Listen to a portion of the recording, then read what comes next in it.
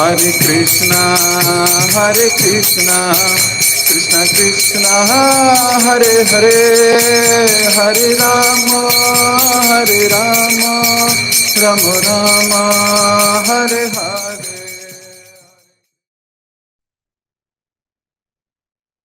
जय जय श्री चैतन्य, जय हो नित्यानंदा, जय अद्वैत चंद्र, जय गौर भक्त वृंदा। जय जय श्री चैतन्य, जय हो नित्यानंदा, जय अद्वैत चंद्र, जय गौर भक्त वृंदा। जय जय श्री चैतन्य, जय हो नित्यानंदा, जय अद्वैत चंद्र, जय गौर भक्त वृंदा। हरे कृष्ण। आप सभी भक्तों का बहुत बहुत हार्दिक स्वागत। हम सब मिलके श्री चैतन्य भागवत पढ़ रहे हैं, महाप्रभु के जीवन का अमृत पान कर रहे हैं, संदेश ले रहे हैं। और ना केवल महाप्रभु के आसपास जितने भी ऐसे दिव्य भक्त हैं जिन्होंने भक्ति की पराकाष्ठा हम सब के सामने प्रस्तुत की है, भक्ति का मूड हमारे सामने प्रस्तुत किया है, उन सब के जीवन चरित्र से भी सीखने का प्रयास कर रहे हैं। कल हमने पढ़ा कि किस प्रकार एक मुसलमान राजा, वो हुसैन शाह, जो कि उड़ीसा में कई मंदिर तोड़वा चुका, अत्यंत अत्याचारी है, कौन सा ऐसा अपराध है जो उसने ना किया हो। लेकिन आज इसको क्या हो गया है? आज ये महाप्रभु को पूर्ण पुरुषोत्तम भगवान मान रहा है। ऐसा कैसे हो गया? वो व्यक्ति जो मंदिर तोड़ सकता है, आप सोचिए, मंदिर तोड़ने का अर्थ है भगवान के घर को तोड़ देना। भगवान से कितनी ईर्ष्या, कितना द्वेष, कितनी घृणा हो रही होगी। हम लोग जब मंदिर जाते हैं तो हर एक जगह आप देखोगे लोग जमीन को भी छू के प्रणाम करते हैं कि नहीं, ऐसे करके प्रणाम करेंगे, दीवार पे छू के प्रणाम करेंगे। इतनी श्रद्धा भाव लेके जाते हैं। वो स्थान जिसको बारंबार प्रणाम किया जाता है, भक्त जहां दंडवत होके गिरते रहते हैं, हर क्षण कोई ना कोई यहां आता है और नतमस्तक हो जाता है। उसी मंदिर पे हथौड़ा चलाना, कितनी घृणा हो रही होगी कि उसी को तोड़ने का प्रयास करना। घृणा कितनी हाई लेवल की होगी। और समझ भी नहीं कौन है, कोई बात नहीं, देख तोड़ो, कोई फर्क नहीं पड़ता। किस किस विचारधारा का होगा ये राजा? और एकदम से विचारधारा में इतना परिवर्तन, एकदम से इतना बदलाव।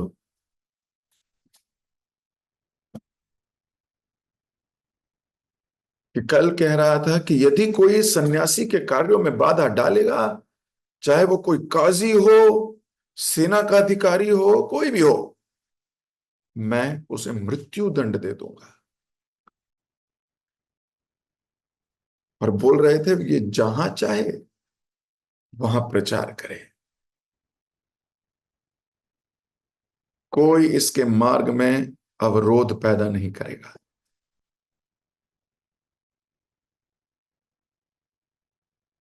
महाप्रभु का ये प्रभाव है,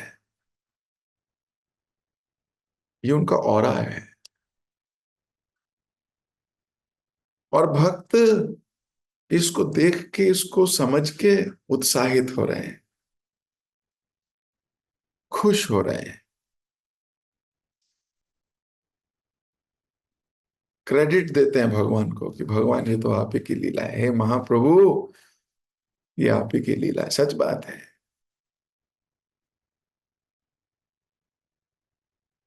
तो एक ऐसा धर्म धुरंधर अपने धर्म का आज महाप्रभु के आगे नतमस्तक हो रहा है, समझ लीजिए।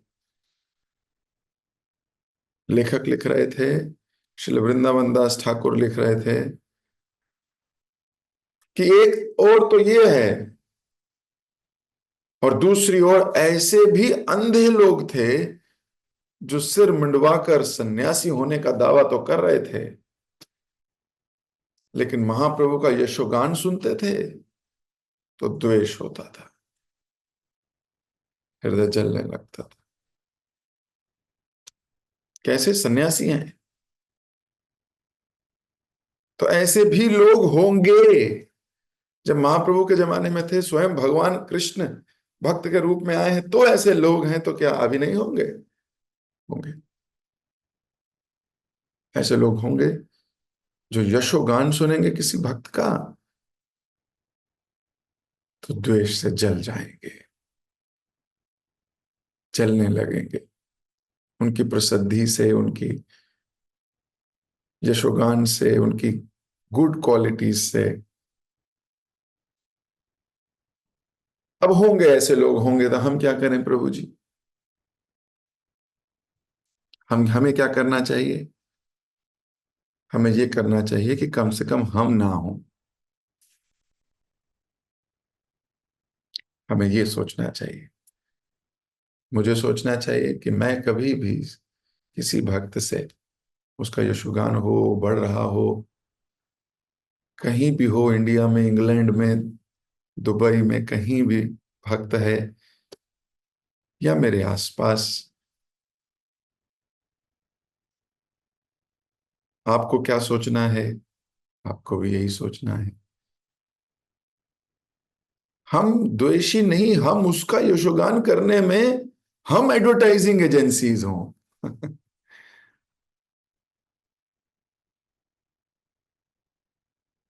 वैष्णव कृपा प्राप्त करें।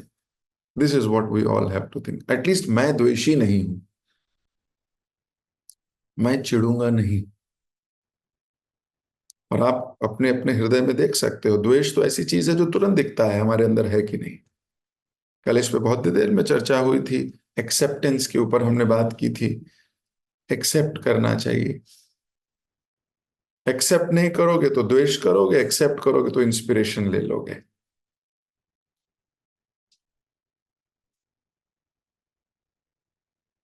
और स्पेशली आप सीनियर्स,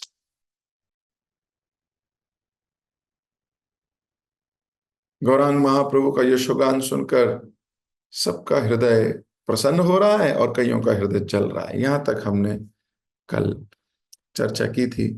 आज हम यहीं से इसको आगे पढ़ने का प्रयास करते हैं। राजा का हृदय परिवर्तन देख नगर के पुण्यवान लोग विस्मित हो गए। इस विषय पर चर्चा करने के लिए उन्होंने गुप्त सभा बुलाई।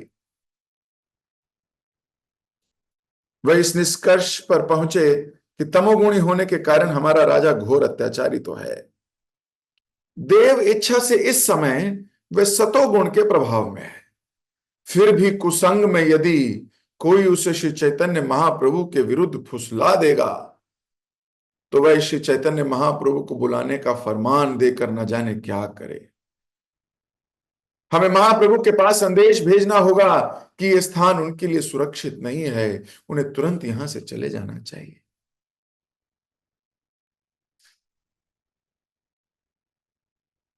तो कभी कभी एकदम से परिवर्तन आता है तो वो डाइजेस्ट नहीं होता, डाइजेस्ट नहीं होता। एकदम से परिवर्तन हो गया। अभी कल तक तो द्वेषी था, कल तक मंदिर तोड़ रहा था, कल तक अत्याचार कर रहा था हिंदुओं के ऊपर, कल तक अत्याचार कर रहा था बहुत भयंकर तरीके से, एकदम से कह रहा है प्रचार करने दो। तो दिमाग ठनकेगा कि नहीं, ये कोई चाल हो सकती है,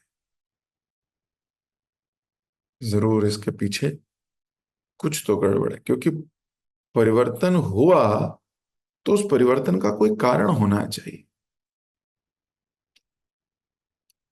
कोई कारण, या तो उसके जीवन में कोई घटना घटी ऐसी जिससे परिवर्तन आया, कोई शुद्ध भक्त से मिलन हो गया, उसकी थॉट प्रोसेस बदल गई, किसी के साथ बैठ के डिस्कस करके कुछ तो हुआ होगा, फिर तो समझ में आता है।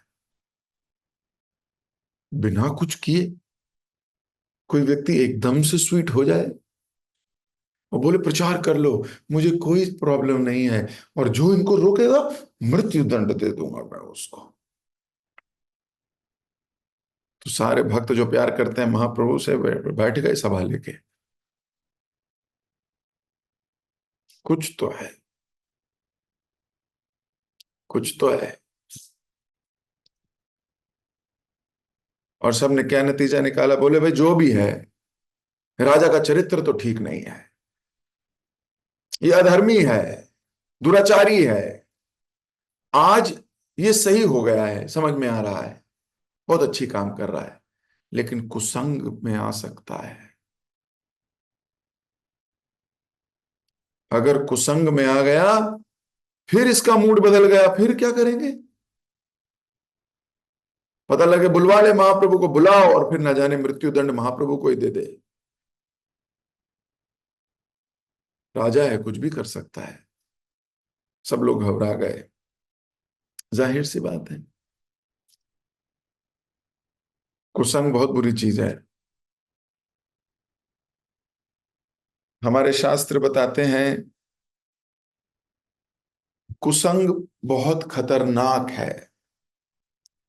इसलिए अपने आसपास के मंत्री, अपने आसपास के मित्र हमें बहुत ध्यान से चूज करने होते हैं। ये चॉइस है। हमें अपने आसपास के लोग वही चूज करने चाहिए जिनके हृदय में बहुत प्रेम है।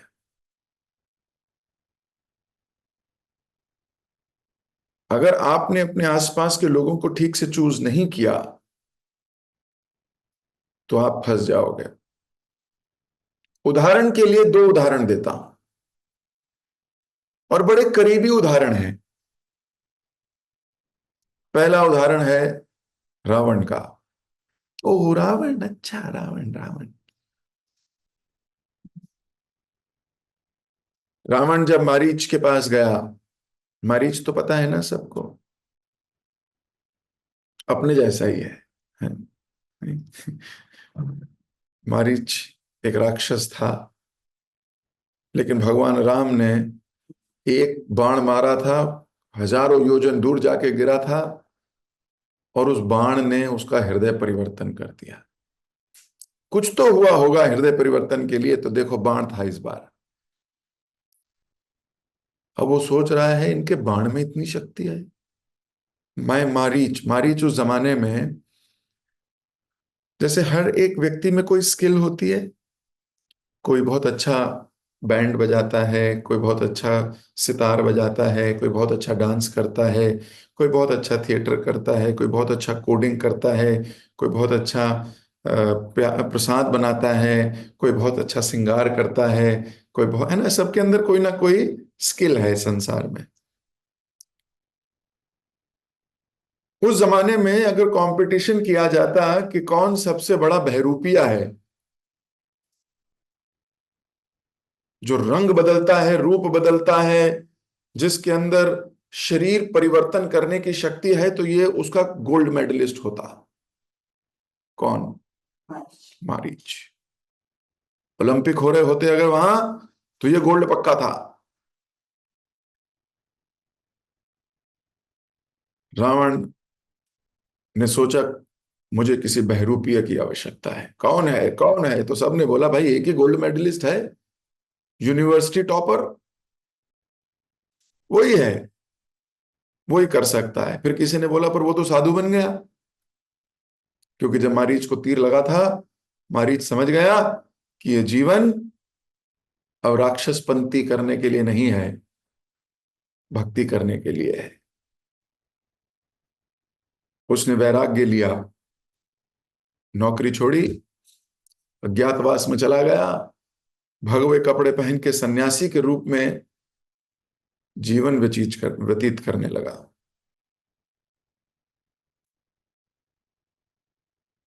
जनरल नॉलेज की बात बता देता हूं। जब तीर लगा था और 1000 योजन दूर जाके गिरा था, तो जिस जगह पे गिरा था आज उस जगह का नाम मॉरिशियस है। मारीच गिरा था वहां, और मारीच तब से राम कथा करता था वहां। आप आज भी चले जाइए, ये पवन पावन कंट्री है मॉरिशियस। यहाँ हर गली, हर नुक्कड़ में भगवान राम की कथा होती है। अगर कोई पहली कंट्री बनेगी जिसमें 100% भक्त होंगे तो हो सकता है मॉरिशस ही हो।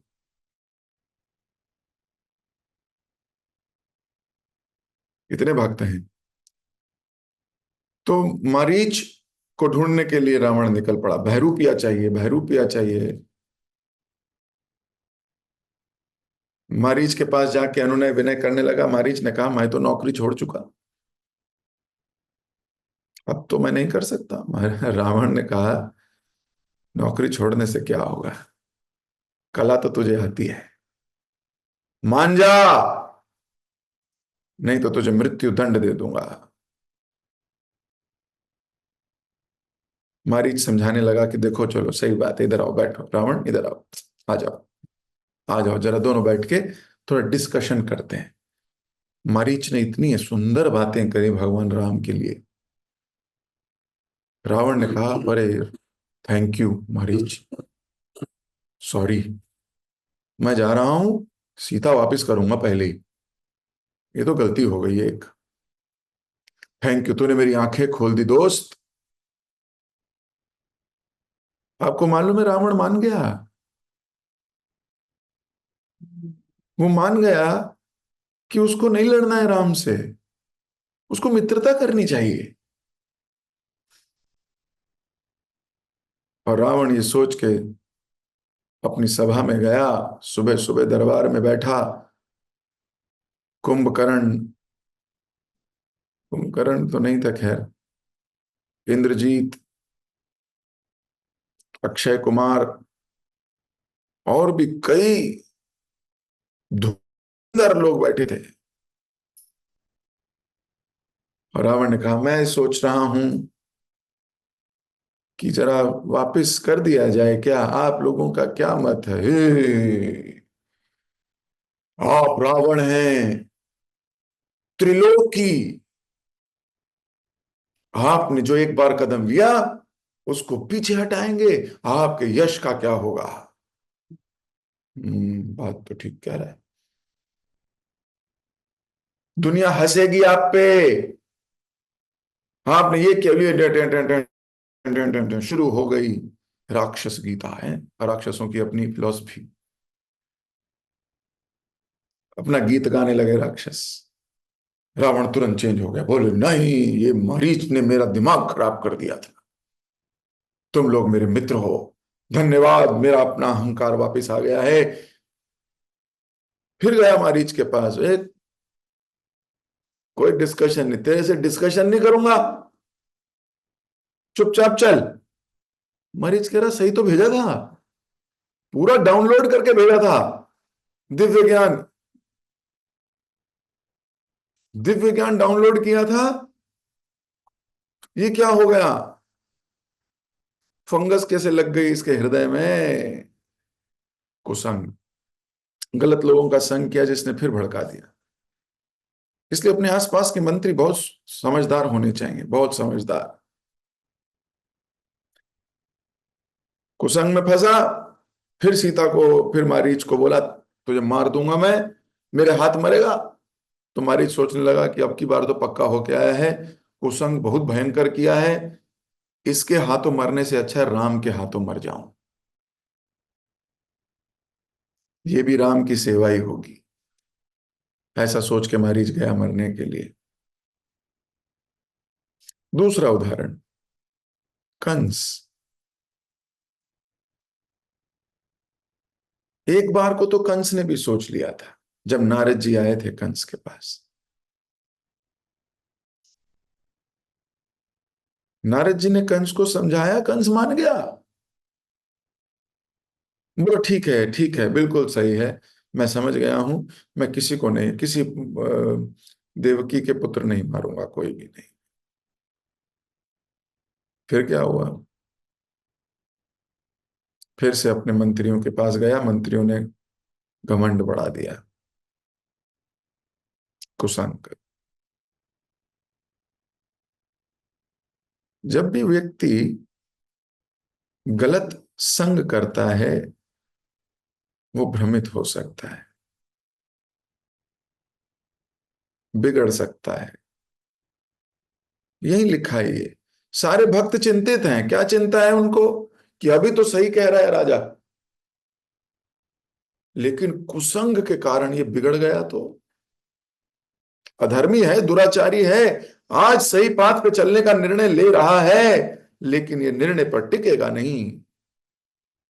आसपास की जनता बोलेगी, अरे तुम मुसलमान हो, तुम क्या कर रहे हो, ऐसा सोच रहे हैं सब। और कहीं ये फिर बिदक गया तो, फिर इसका अगर मूड बदल गया तो। वैसा विचार कर रहे हैं सब। और ये विचार करके सब क्या कह रहे हैं? कि महाप्रभु को ये संदेश देना चाहिए कि ये स्थान उनके लिए सुरक्षित नहीं है, वो यहां से चले जाएं। कितना दिल पे पत्थर रख के बोले होंगे ये लोग। वो जिनके दर्शन करने के लिए हजारों साल तपस्याएं की होगी भक्तों ने, वो जिनके दर्शन प्राप्त करने के लिए इतनी सुकृतियां बटोरी होंगी, वो ललक रहे हैं महाप्रभु के साथ रहने को, वो महाप्रभु को जाने के लिए कह रहे हैं। कितना पत्थर पड़ा होगा हृदय में, सोचिए जरा। लेकिन महाप्रभु से प्रेम अपनी इंद्र तृप्ति से ज्यादा है। महाप्रभु के प्रति प्रेम अपनी इच्छा से कहीं अधिक है। इसलिए भक्त अपना नुकसान तो सोचता ही नहीं है, इतना दिमाग नहीं लगाता वो। दिमाग तो कुटिल लोग लगाते हैं। वो तो हृदय से बात करता है।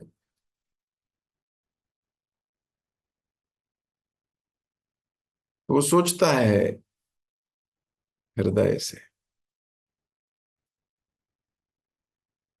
इनके लिए क्या अच्छा है, इनके लिए क्या बुरा है। महाप्रभु का यहां से चले जाना अच्छा है, भले हमें बहुत बुरा लगेगा।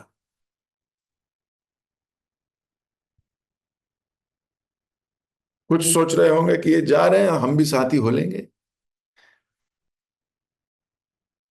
जहां महाप्रभु वहीं हम। आगे पढ़िए। एक विश्वास पात्र ब्राह्मण के हाथ ये संदेश महाप्रभु तक भेजा गया।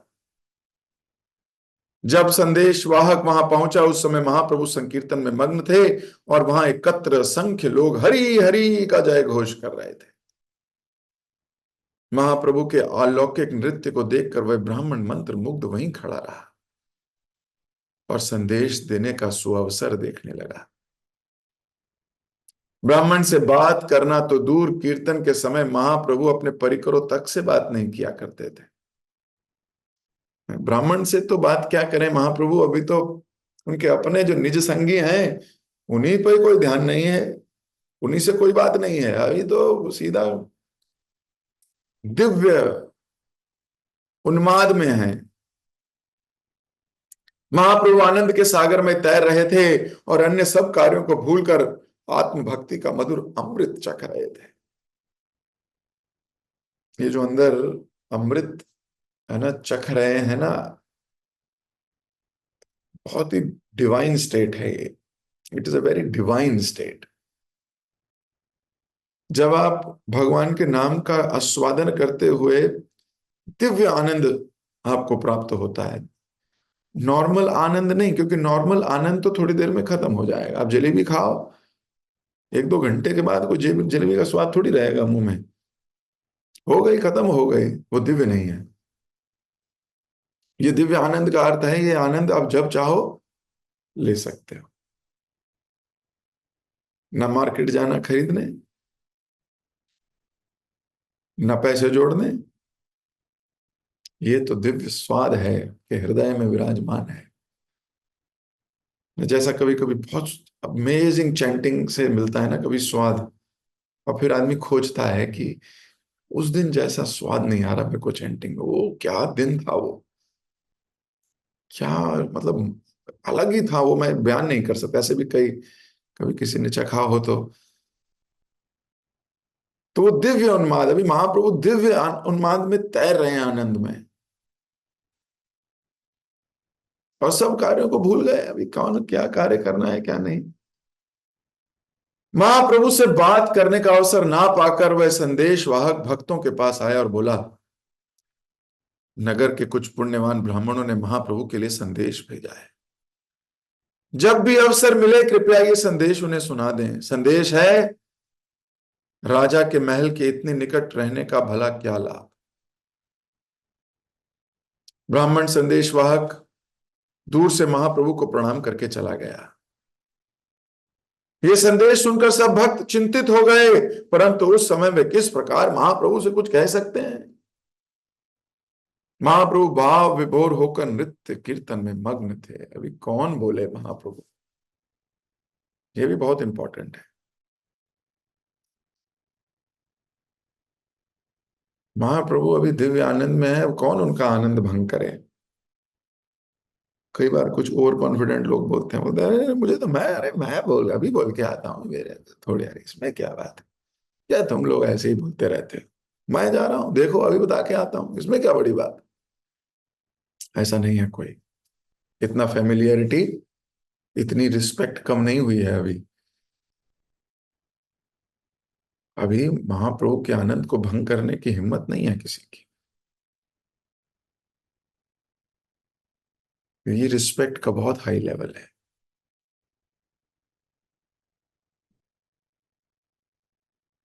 अपनी भुजाएं उठाकर महाप्रभु ने कहा, भगवान हरि के नामों का कीर्तन करो। लाखों लोग तालियां बजाते कीर्तन की ताल पर झूम रहे थे। सभा हरि हरि के जयघोष से गुंजायमान थी। पर संपूर्ण सृष्टि के स्वामी को एक साधारण राजा से भला कैसा भय।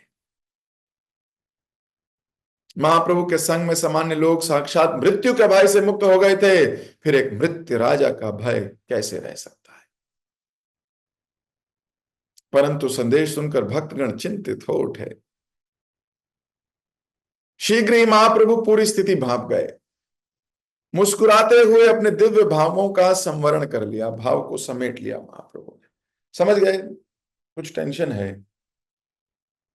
ये भक्त ऐसे चुप तो नहीं रहते, कुछ कहना चाहते हैं। तो महाप्रभु कृपालु हैं, भक्तों के मूड से अपना मूड बदलते हैं। मेरे भक्त थोड़े चिंतित दिख रहे हैं मुझे, अपने आनंद को भी समेट सकते हैं महाप्रभु। ऐसे स्वामी कहां पाएंगे। महाप्रभु ने कहा, मैं जानता हूं कि तुम सब चिंतित हो, परंतु राजा मुझे क्यों बुलवाएगा। वास्तव में जो व्यक्ति मुझसे मिलना चाहता है उसकी इच्छा पूरी करना मेरा स्वभाव है। यदि राजा मुझे बुलवाएंगे तो मैं अवश्य उनसे मिलूंगा। परंतु विचार करो,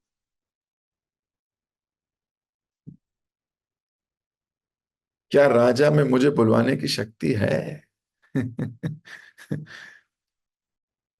जान लो कि मेरे प्रभाव से जीवात्मा में छोटे से छोटे कार्य करने की शक्ति आती है।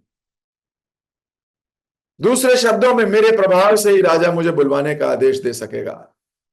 जरा सोचो कि क्या राजा के अंदर मुझे देखने का सामर्थ्य है।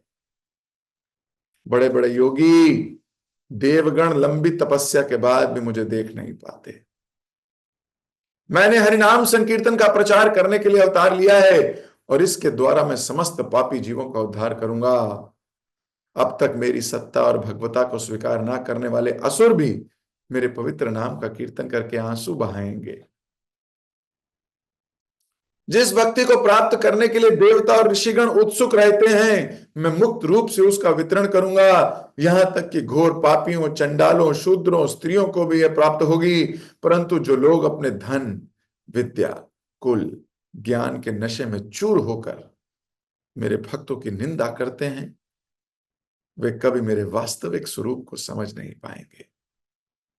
मैं तुम्हारे समक्ष घोषणा करता हूं कि पृथ्वी के प्रत्येक नगर और ग्राम में मेरे नाम का प्रचार होगा।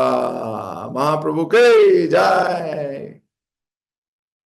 नगर आदि ग्राम सर्वत्र प्रचार होय बो मोरा नाम। महाप्रभु आदेश दे रहे हैं, महाप्रभु बता रहे हैं कि क्या कोई मेरी आज्ञा के बिना बुला सकता है? शक्ति है क्या किसी में? सबके हृदय में परमात्मा के रूप में विराजमान है, सबके हृदय में। जब चाहे कोई ना कोई बात से उसको ढक सकते हैं और कोई बात जागृत कर सकते हैं। सारा कंट्रोल है, फुल कंट्रोल। तो अभी महाप्रभु भक्तों को बल दे रहे हैं। क्यों भक्त चिंतित हैं? किससे? महाप्रभु के लिए, कि कहीं महाप्रभु को कोई हानि ना हो, इस बात से चिंतित हैं। कहीं ना कहीं जानते हैं भगवान है, लेकिन प्रेम ऐश्वर्य को ढक लेता है। भगवान के ऐश्वर्य को सब जानते हैं, लेकिन शुद्ध प्रेम ऐश्वर्य मिश्रित नहीं होता, ऐश्वर्य को ढक लेता है। जैसे वृंदावन में सबको पता है ठाकुर जी या भगवान कान्हा, कृष्ण, कन्हैया, जो भी कहें, ये भगवान है, लेकिन गोपियां नहीं मानती, नंद बाबा नहीं मानते। वो तो अपना पुत्र मानते हैं और उसको प्रोटेक्ट करने का पूरा कार्य करते हैं। कई बार तो यशोदा बोलते हैं मेरे बेटे को नजर लग गई है, है मेरे लल्ला को नजर लग गई है। वो गाय की पूंछ से नजर उतारा करती थी। बताओ, कृष्ण को नजर लगेगी किसी की? अरे इनको एक नजर देखने के लिए ये नजरें बनी हैं। कहाँ नजर लगेगी भगवान को? लेकिन गोपियां या यशोदा सोचती थी नहीं नहीं, मेरा बेटा है। नंद बाबा कहते थे यहां पर गोकुल में बहुत राक्षस आ रहे हैं, कृष्ण को खतरा है, चलो इनको लेके वृंदावन चलते हैं। कृष्ण के लिए सोच, अरे अभी पूतना मारी, शक्टासुर मारा, लेकिन पिता को लग रहा है नहीं नहीं नहीं, मेरा बेटा है। ये जो प्रेम है ना, ये ऐश्वर्य को ढक लेता है। भगवान ने पूरा मुंह खोल के पूरा ब्रह्मांड दिखा दिया। माँ उसके बाद भी क्या कहती है? अरे नहीं नहीं, मेरे को कुछ धोखा हुआ होगा।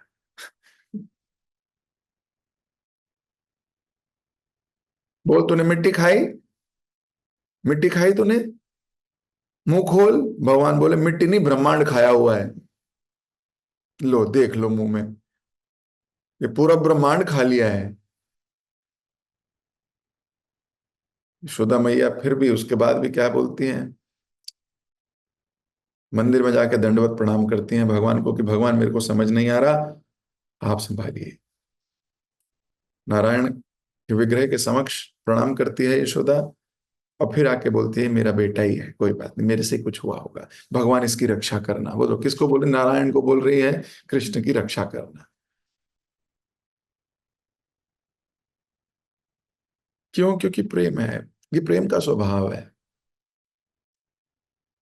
ऐश्वर्य मिश्रित नहीं है ये शुद्ध प्रेम।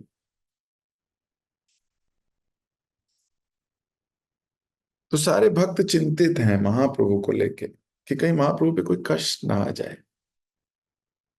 और महाप्रभु सबको आश्वासन दे रहे, बोले चिंता नहीं करो, मैं समझ गया तुम्हारी क्या प्रॉब्लम है, टेंशन मत लो, मैं हूं, मैं प्रचार करने आया हूं, मैं हरि नाम फैला दूंगा, मुक्त रूप से वर्णन करूंगा, मुक्त रूप से वितरण करूंगा, और कोई रोक नहीं सकता, सबको दूंगा। फिर बीच में एक लाइन बोल देते हैं, निंदकों को नहीं दूंगा।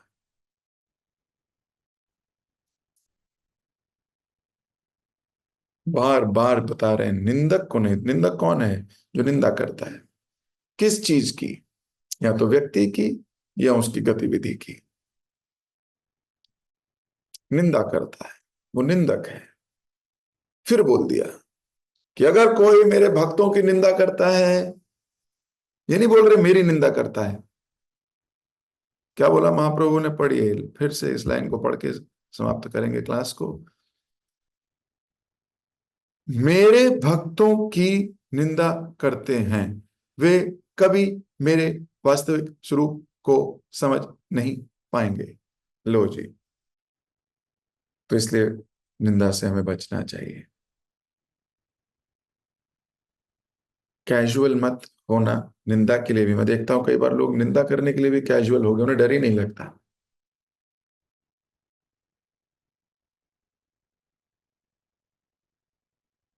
तो मैं तुम्हारे समक्ष घोषणा करता हूं, महाप्रभु भी घोषणा कर रहे हैं,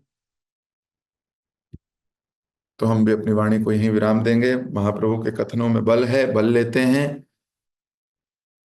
महाप्रभु प्रचार करना चाहते हैं मुक्त रूप से भगवान को, भगवान के नाम को जन समुदाय तक ले जाने का प्रण धारण किया है। हम प्रयास करें महाप्रभु की इस मूवमेंट में महाप्रभु का सपोर्ट, महाप्रभु का कि इस मूवमेंट में योगदान देकर हम महाप्रभु को प्रसन्न करने का प्रयास करें। ज्यादा से ज्यादा लोगों को गौर महिमा, भगवान के प्रति आकर्षण पैदा करने के लिए प्रयासरत रहें। इस उद्देश्य के साथ हम आज की कथा को समाप्त करते हैं। जगत गुरु श्रील प्रभुपाद के जय, श्री चैतन्य भागवत की जय, श्रील वृंदावन दास ठाकुर की जय, आप सभी भक्तों की जय। हरे कृष्णा। किसी भक्त का कोई प्रश्न? यस पावनी माता जी, आज तो आपका प्रश्न जरूर लूंगा। पिछले कुछ दिनों से आप पूछना हरे चाहें। जी। हरे कृष्ण प्रभु जी, दंडवत प्रणाम। थैंक यू सो मच प्रभु जी, बहुत ही अच्छा लेक्चर था। प्रभु जी, मेरा क्वेश्चन वो वैष्णव निंदा वाले से ही था कि जब आपने बताया था, आज भी निंदा की बात हो ही गई एंड में। अ, तो जैसे क्या होता है, कभी कभी जब हम पब्लिक उसमें जाते हैं तो बहुत सारे डिवोटीज होते हैं जिन्हें हम नहीं भी जानते। और सपोज मतलब धक्का मुक्की हो रही है या कुछ होता है, कभी टेम्पल जाते हैं कुछ होता है, तो गलती से अगर हमने किसी को ऑफेंड कर दिया या फिर मतलब कुछ हो गया कि हम बात भी नहीं कर पाए या फिर हम वो भी नहीं कर पाए और वो चले गए, हम उनसे कभी मिल भी नहीं पाए क्योंकि हम उन्हें जानते ही नहीं है। तो वो वाला मतलब वैष्णव अपराध कब हम, क्योंकि उन्हीं से माफी मांग के ठीक होगा। अब हम उनसे कभी मिले नहीं, हमें पता ही नहीं वो ऑफेंड हुए नहीं हुए, तो मतलब वो चीज अफेक्ट करेगी या कैसे करके? ये अनजाने में हुआ है या जानबूझ के हुआ है, ये आप जानो। क्या आपने जानबूझ के उसकी पैर पे उसकी धक्का दे के उसको हटा यहां से, तेरी तो जानबूझ के किया है तो गलत किया है। अनजाने में कभी कभी कोई अपराध हो जाते हैं, धक्का मुक्की हो रही है, किसी ने है ना ज्यादा धक्का दे दिया या आप ही ने दे दिया, कभी अनजाने में हुए हैं। तो ये तो कंबाइंड पॉइंट है। कंबाइंड पॉइंट का मतलब है भीड़ बहुत है इसलिए हुआ है। आपने टारगेट बना के किया है, इस व्यक्ति को मैं धक्का देने वाला हूं आज, तो फिर तो आप कभी नहीं बचोगे। लेकिन जाने अनजाने में व्यवस्था है ऐसी जिसमें ऐसा हुआ है तो उसे अपराध नहीं माना जाता, तो अपराध नहीं है। हम्म। क्यों? क्योंकि कंडीशन ऐसी है, योजना ऐसी है। 50,000 लोग हैं, 100 लोग हैं, 500 लोग हैं, जगह कम है, तो धक्का लगेगा ही। उस वक्त भी धक्का लगे तो एकदम से स्पर्श करके हम हाथ सर पे लगा लेते हैं ना, कहीं पैर लग गया हमारा किसी को तो हम उसके पैर छू के सर पे लगाते हैं, वैष्णव एटिकेट है। तो जैसे ही आपने उसको पैर मार दिया तो आपने उसको स्पर्श कर सीधे हाथ से अपने मस्तिष्क पे लगा के बोला कि वो गलती है, आई एम सॉरी। तो ये वो तो एटिकेट रखना ही चाहिए व्यक्ति को। फिर कोई इसमें दोष नहीं लेगा। अगर वो दोष ले रहा है इस बात पे भी तो वो भी दोषी है। वो भी देख रहा है कि भाई ये तो मतलब कोई नॉर्मल है, इसमें क्या है। ठीक है। तो इसलिए हम सुबह सुबह वैसे ही सब वैष्णवों को प्रणाम करके क्षमा मांग लेते हैं। तो क्योंकि आप जानते नहीं हो और जानबूझ के हुआ भी नहीं है, तो वो अपराध में नहीं गणना होगी उसकी। पर अगर आप टारगेट करके करते हो देन तो फिर ये प्रॉब्लम है। जहां आपने टारगेट किया, कृष्ण ने आपको टारगेट कर लिया। ठीक है।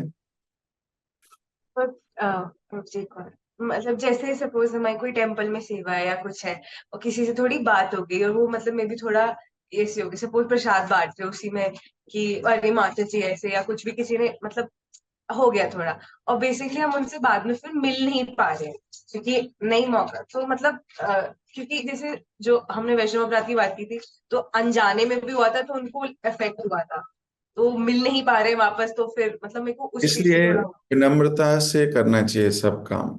विनम्रता बहुत जरूरी है, पहला। दूसरा, आज्ञा के अधीन होके कार्य कर रहे हो तो अपराध नहीं लगेगा। मान लीजिए आपको बोला गया है कि एक ही गुलाब जामुन बांटना है। अब एक माता जी आ गई, बोल रही है मुझे तो तीन चाहिए।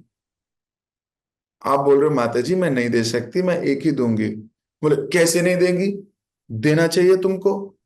अब आपके मन में चिंता हो रही है कि मैं इसको नहीं दूं तो ये बुरा मान जाएगी, तो ये तो वैष्णव अपराध हो गया। तो ये वैष्णव अपराध नहीं है, आप आज्ञा के अधीन होके कार्य कर रहे हो। उस वक्त आप उन्हें बोल सकते हो माता जी मेरे को आज्ञा नहीं है, मेरी इच्छा हो मैं आपको सारी सारी बाल्टी दे दूं, लेकिन मैं आज्ञा से बंधी हूं। मुझे आज्ञा में कहा गया है आज प्रसाद कम है, हमें नहीं मालूम था इतने लोग होंगे, एक ही गुलाब जामुन एक व्यक्ति को दे सकती हूँ। आपको अगर दो चाहिए, मेरी सेवा अथॉरिटी वो रहे, कृपया करके उनसे बात कर लीजिए। वो कहेंगे मैं आपको 10 दे दूंगी। लड़ाई मत कीजिए, अपने बात को स्पष्टता से रखना सीखिए और विनम्रता से कि माता जी मेरी स्वयं की इच्छा हो तो मैं आपको सभी दे दूं, लेकिन मैं आज्ञा से बंधी हूं, कृपया मेरी सेवा करने में मेरी सहायता कीजिए। विनम्रता से। आप किसी भी क्षण विनम्रता नहीं त्यागेंगे। हम्म, अगर आपने विनम्रता त्यागी तो फिर फंस जाएंगे हम। ठीक है। वो व्यक्ति पिघल जाएगा, मैंने देखा है ऐसा। इतने समय सेवा करके हमने ये समझा है कि लोग मान जाते हैं अगर उन्हें प्यार से समझाया जाए, बताया जाए। हमारे पास समय नहीं होता बताने का, बस। समय क्यों नहीं होता? क्योंकि हमें अपराध से डर नहीं लगता। अगर हमें थोड़ा डर लगेगा, हम कहेंगे नहीं, एक भगवान की सेवा कर रही हूं, I must tell him or tell her why am I not giving. It is not me who is not giving, it is the instruction due to which I am not giving. तो वो व्यक्ति आपसे द्वेष नहीं करेगा। नहीं तो वो आपके प्रति ग्रंथि लेकर, आपने अब मान लो उसको तो बोल दिया कि माता जी एक ही दे सकते हो, और अगले नंबर जो किसी का था वो आपका भाई है या आपका बहन है या आपका कोई, आप उसे दो दे रहे हो, अरे प्रभु जी रे लो दो लो। आप तो फंस गए यार। और उसने देख लिया, नहीं मुझे तो बहुत ज्ञान दे रही थी, उनको तो दो दे रही है। तो यहां हमारी गड़बड़ हो जाती है। क्यों? क्योंकि उसको नहीं बता सकते कि यथा योग्यता दी जाते हैं प्रसाद, है ना। कोई सीनियर आ गया उसको थोड़ी मना किया जाएगा, वो उसको नहीं समझा सकते आप, लेकिन उस वक्त आप उनको भी, है ना, आज्ञा के अधीन होके करना चाहिए। फिर सीनियर को बोल दे कि माता जी इनको दे दीजिए दो, तो आप दे दीजिए उनको दो, क्योंकि सेवा अथॉरिटी कह रही है। ठीक है। हरे कृष्ण। तनिष्क प्रभु। हरे कृष्णा प्रभु जी, दंडवत प्रणाम। हरे कृष्ण। प्रभु जी, मेरा क्वेश्चन ये था कि जैसे आपने अभी बताया कि लोग कैजुअली भी निंदा कर देते हैं भगवान की या फिर किसी भक्त की, तो मेरे को यही पूछना था कि जो लोग ऐसी निंदा जब करते हैं तो उनसे डील कैसे करा जाए, क्योंकि वो लोग सुनते नहीं है कई बार। कई बार वो और ज्यादा मजाक उड़ाएंगे। उस बात हाँ, को। तो उनको सुनाना नहीं चाहिए, उनसे हृदय की दूरी रखनी चाहिए। जो निंदक है, अगर आपने उससे हृदय से दूरी नहीं बनाई तो थोड़े दिनों में ये रंग आपको भी लग जाएगा, आप भी कैजुअल हो जाओगे। ठीक है। जी प्रभु जी। So we should not give our heart or give our ears. In fact हमारा धर्म है, उन्हें भी बताएं। देखो, जैसे ब्लाइंड फेथ डेंजरस होता है, वैसे ब्लाइंड डाउट भी डेंजरस होता है। हाँ, जी प्रभु जी। ब्लाइंड डाउट मतलब डाउट है, हमें कृष्ण होते ही नहीं, अरे वहां तो होते ही नहीं, उनको उन्होंने सुना है नहीं ज्यादा, पढ़ा है नहीं ज्यादा, नॉलेज उनको है नहीं, लेकिन ब्लाइंड डाउट है। किसे बोलते हैं अंधा विश्वास, एक होता है अंधा डाउट। तो हमें अंधे डाउट वाले लोगों को भी कई बार बताना पड़ता है, भाई तुम पहले पढ़ लो फिर मिलके निंदा करेंगे। तो ये ले किताब पढ़, ये है भगवत गीता। मेरे साथ बैठ के पढ़ते हैं, इसे पूरी खत्म करते हैं, फिर दोनों मिलके निंदा करेंगे। चल आ जा आ जा, तो पहले इधर आए। वो धीरे धीरे पढ़ने लगेगा, जब उसे ज्ञान होने लगेगा समझ में आ जाएगी। और मान लो वो फिर भी निंदा कर रहा है, तो फिर तो आपको दूरी बनानी चाहिए। ठीक है। जी प्रभु जी। हरे कृष्ण। हरे कृष्णा जी, थैंक यू। पावनी। हरे कृष्ण। यस। प्रभु जी जन्नत प्रणाम। प्रभु जी कुछ टाइम से हमारे लेक्चर्स में कृष्ण प्रभु जी आ रहे हैं हमारे स्कूल से, वो साथ काफी टाइम से वो आरती भी कर रहे हैं और हमारे साथ मतलब भक्ति की चीजें फॉलो कर रहे हैं। और आज उनका आविर्भाव दिवस है, उनका बर्थडे आज, so प्लीज प्रभु जी अपने ब्लेस करो। जय कृष्ण प्रभु, आपको अपने जन्मदिन की बहुत बहुत हार्दिक शुभकामनाएं। हम भगवान से प्रार्थना करते हैं कि आप भक्ति में सुदृढ़ रहें, आप भक्तों की सेवा के लिए, भगवान की सेवा के लिए हर वक्त तत्पर रहें। आपके हृदय से अनर्थ आपके हृदय को छोड़ के भाग जाएं, और आप हमेशा प्रसन्न रहें, खुश रहें, भक्ति में एंजॉय करें, आनंद लें। ऐसा हमारी भगवान से प्रार्थना। हरे कृष्ण कृष्ण कृष्ण हरे हरे, हरे राम राम राम हरे हरे। बहुत बहुत शुभकामनाएं आपको। राहुल प्रभु का भी प्रश्न है। यस राहुल प्रभु। प्रभु जी दंडवत प्रणाम। दंडवत प्रणाम। प्रभु जी एक क्वेश्चन ये है कि कई बार हमारा कोई जूनियर है, ठीक है, तो उसकी क्षमता है, वो हमें पता है कि हमें पता होता है कि ये अच्छा भक्त है, भगवान से प्रेम करता है, और लेकिन उसकी क्षमता उस अनुरूप नहीं होती। और कई बार हम उसकी क्षमता के ऊपर सवाल उठाते हैं, या अपने बॉस, जो हमारा कोई बॉस है, हमारा सीनियर है, या कभी उसका डिस्कशन होता है, तो हम उसकी क्षमता पे भी सवाल उठा देते हैं। तो क्या उसकी क्षमता पे सवाल उठाना ओके। वैष्णव अपराध लगेगा? Okay, very good question. कई बार देखो, एक अच्छे अ, आपने कहा कि सीनियर कई बार जूनियर की क्षमता पे सवाल उठा देता है ना। और या तो वो चाहता है कि इसकी क्षमता ज्यादा हो, ये क्या कर रहा है, या वो ये चाहता है कि इसकी क्षमता बहुत है, इसे खुद नहीं पता। ऐसा भी होता है कई बार। तो हमें जनरली एक अच्छे प्रचारक को किसी को जबरदस्ती खींच के शुद्ध भक्त बनाने का प्रयास नहीं करना चाहिए। वो टूट भी सकता है, टूट भी सकता है। हर व्यक्ति किसी न किसी आदत से, किसी न किसी चीजों से ग्रस्त है। उसको मोटिवेट करना है, उसको प्रसन्नता होनी चाहिए हर व्यक्ति को। He should be motivated to do. तो भक्ति धीरे धीरे प्रगति करती है जब कोई मोटिवेट करता है हमको। तो पहले तो सीनियर का कर्तव्य है कि वो मोटिवेट करे अपने लोगों को, जो भी है मोटिवेशन मिले, उनको अच्छा लगे। दूसरा, कई बार जूनियर का ये धर्म है कि अगर सीनियर डांट भी लगाए, क्षमता पे भी प्रश्न पूछे, या कोई ऐसी बात भी कहे जो हृदय को चुभे, तो उसको ये सोचना चाहिए इसमें मेरी भलाई होगी, इसमें मेरी कोई भलाई छिपी है। नहीं तो ये व्यक्ति अपना समय क्यों लगाएगा मेरे पे? ये मुझे नीचा दिखा के इसको कुछ नहीं मिलेगा। मैं तो ऑलरेडी नीचा हूं, मुझे और क्या नीचा दिखाएगा कोई? इसके हृदय में मेरे प्रति कोई करुणा छिपी होगी। मैं जरा इसकी बात एक बार विस्तार से सुन लेता, क्या कहना चाहता है।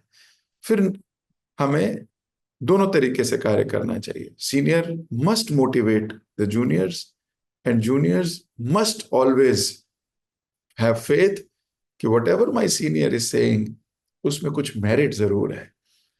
जहां ये दोनों की दृष्टि इस प्रकार नहीं हुई, वहां पर अपराध होंगे। सत शिष्य सत गुरु, दोनों चीजें बड़ी जरूरी है। हम स्वीकार करें एक अच्छे स्टूडेंट की तरह, और वो हमें समझाएं एक अच्छे शिक्षक की तरह। लेकिन अगर वो टॉन्ट पे है या कुछ आपको डांट रहे हैं, तो आपको ये लेना चाहिए ये तो कृपा हो रही है मेरे पे। Ultimately it is about you and Krishna. Rahul प्रभु, मैं आपको बता रहा हूं, it is nothing between anybody, it is between you and Krishna. आपके स्वभाव से, आपकी बात से, आपके हृदय से, आपकी गतिविधि से क्या कृष्ण खुश होंगे, इस बात को हमेशा सोच के चलना। मैं अगर विनम्र रहूंगा तो भगवान खुश हो सकते हैं। हो सकता है मेरा सीनियर विनम्र नहीं है, मान लेते हैं, डांट रहा है। पहले उसको डांटना तभी चाहिए जब कोई व्यक्ति शिष्य कॉन्शियसनेस में आ गया है, अदरवाइज नहीं डांटना चाहिए। उपदेश नहीं देना चाहिए उसको जो उपदेश देने के लायक नहीं हो अभी।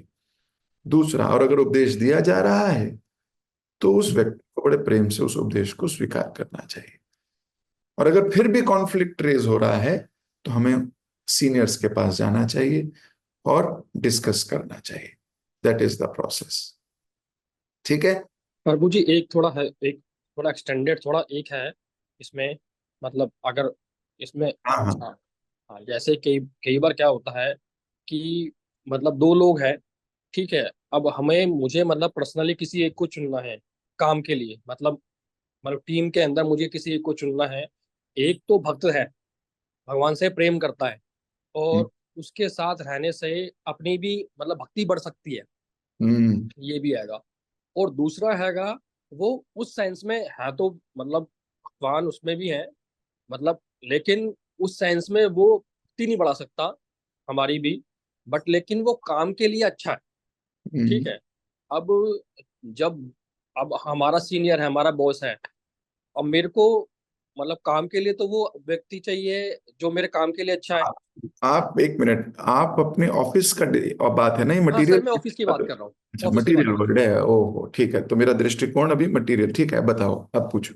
हाँ सर, मेरा ये था कि दो दो लोग हैं, एक एक दोनों दो में से एक को मेरे को चुनना है। एक हम्म काम में अच्छा है, और दूसरा के साथ रह के खुद की भक्ति बढ़ सकती है, ठीक है।